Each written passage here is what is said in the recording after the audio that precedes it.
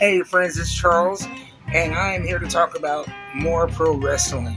Last week we covered JCW Lunacy episode 1. There are lots of creators in the wrestling space that talk about WWE, AEW, Ring of Honor, New Japan, with a lot better quality and insight than I can add.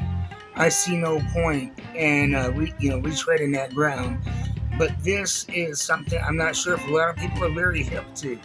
It's the second episode of a free show on YouTube, Psychopathic Records YouTube channel from Juggalo Championship Wrestling, who, like I pointed out last week, have over a 25-year history behind them. And I really enjoyed the show last week, and I am not a Juggalo or an Insane Clown Posse fan, but I am a fan of JCW Lunacy. So let's get into it. We start with Matt Cross, who is a veteran of the independent scene. He talks about his history wrestling in the venue in Columbus, Ohio, where they are, and he challenges the champion, Willie Mack, to a championship match that will actually be the main event. And so that's exciting for me. Both these guys are athletic, great wrestlers. And they start off with two veterans of the independent scene, Facade versus Caleb Conley. This stems from last week. They were teamed together, and they had some dysfunction against the champions. Caleb Conley turned his back on Facade after the match, super kicked him. So this is a continuation of that. I like the fact that they're continuing storylines that they've started. They're not leaving loose threads. It was a very, very good match. Facade and Neon Ninja did his high flying thing. Caleb Conley was highly athletic as well. And when he came out to the ring, it was shades of his Caleb with a K character from Impact Wrestling. He was taking selfies on the way to the ring, so on and so forth. They were making fun of him, the commentators, for wearing a purse. And, one of the funny things about JCW to me is it is the only wrestling company where the commentators will say, quote, "Total fucking asshole, Caleb Conley."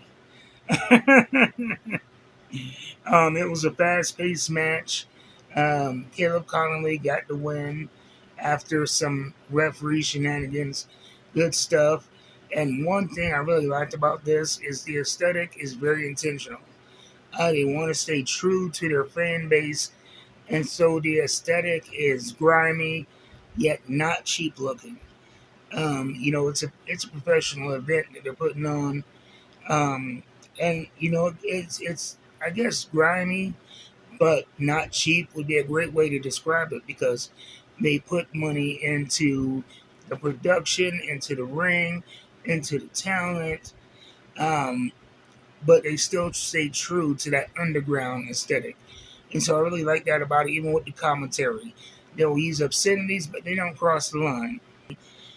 Next, we had a Briar Wellington promo. He is a rich gimmick, has a lot of history, apparently in JCW. A nice way to introduce him to people that may not know him. He was standing with James Ellsworth. The less said about him, the better. And they were facing the Redwood Giants, was Ben Bishop, and he was going by a different name in this tag team. You may have seen him on AEW. He took on Roderick Strong a few weeks ago on Rampage, a very good big man, and hilarious on Instagram. Follow Big Trouble Ben Bishop on Instagram. It's well worth your while. Okay, so we got him and his partner, Painful Paul.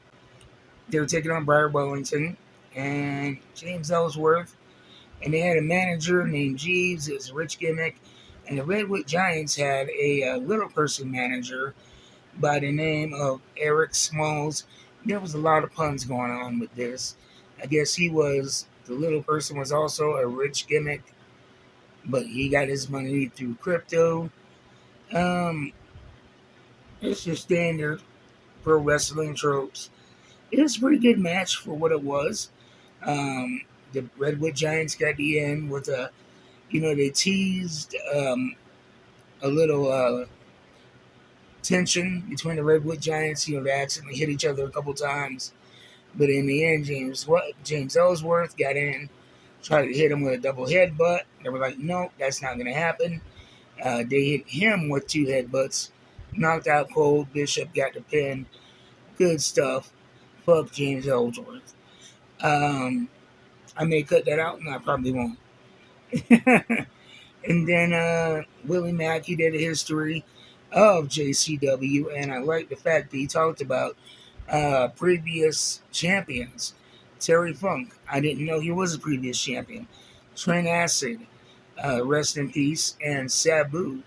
And so that was pretty cool. You get a little history of the championship and, some added credibility and familiarity for wrestling fans that may not be familiar with Juggalo Championship Wrestling. Good stuff. The next match was Congo Kong, a veteran of JCW and independent wrestling, versus Tyler Fox, who had a missionary gimmick. It was a predictable squash. It was good to see Congo Kong. He looks a lot smaller in a good way. The last time I saw him, he's still big, but he looks a little bit healthier. Moved half decent, man of his size and his age.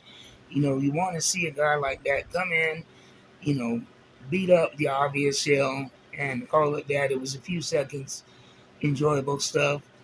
And then, and also Eric Smalls, the little person manager, was also the manager for Congo Kong. So it looks like we're going to be seeing more of him along with Ben Bishop and his partner. So I'm looking forward to that. And Eric Smalls kind of grown on me. Didn't take long. I'm liking the guy. And then we go to Shaggy's Spotlight, Shaggy Tudo, where he talks about spotlight some wrestlers. And they did a spotlight of the Brothers of Construction, the tag team champions with the clown gimmick, Diabo and Ruffo. Um, I enjoyed the work. I really did. I hadn't heard of them before the first episode. I loved their match. I liked what they did. They worked the gimmick while still being incredible wrestlers. And this Shaggy Spotlight, was giving more familiarity to them for the non-juggalos. Looking forward to what they have. And then we get to our main event.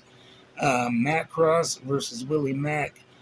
If you know the history of these two, you know it's going to be a highly athletic affair.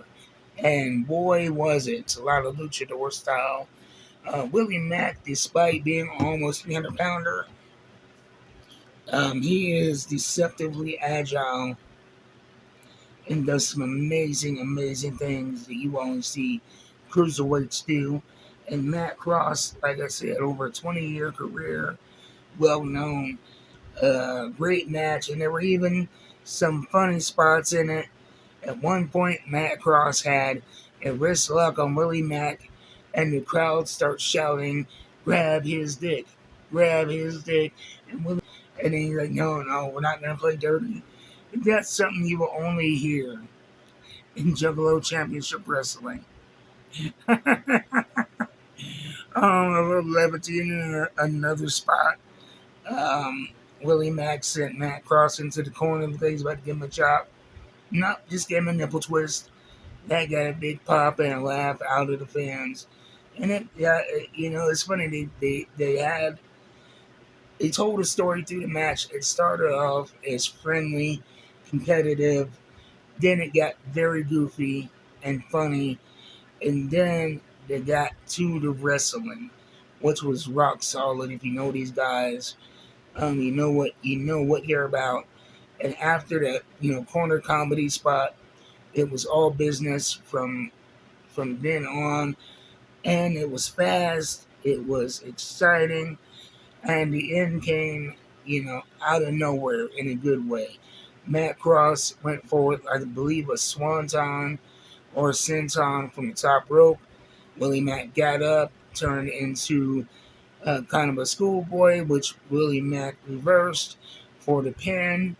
There was some teases of, are they going to remain friends? Are they going to shake hands? It ended amicably. Matt Cross raising the champion's hand for a feel-good moment. 40 minutes of wrestling, well spent. We had a little bit of everything. We had, a highly athletic opener that got your attention. We had backstage segments that introduce you to characters that you're going to be seeing.